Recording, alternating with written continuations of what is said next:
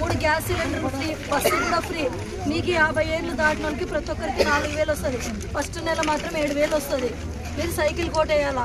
అట్లా ఇంట్లో ఎంతమంది ఉంటే అంతమంది పిల్లలకి ఒక్కొక్కరికి 15,000, ముగ్గురు ఉంటే 45,000, నలుగురు ఉంటే 60,000 సంవత్సరానికి. ఇంతకుముందు అయితే ఒకరికే వచ్చేది. మీరు ఇప్పుడు చంద్రబాబు నాయుడు వస్తే ఇవన్నీ పథకాలు మహిళలకి, లేడీస్కి చాలా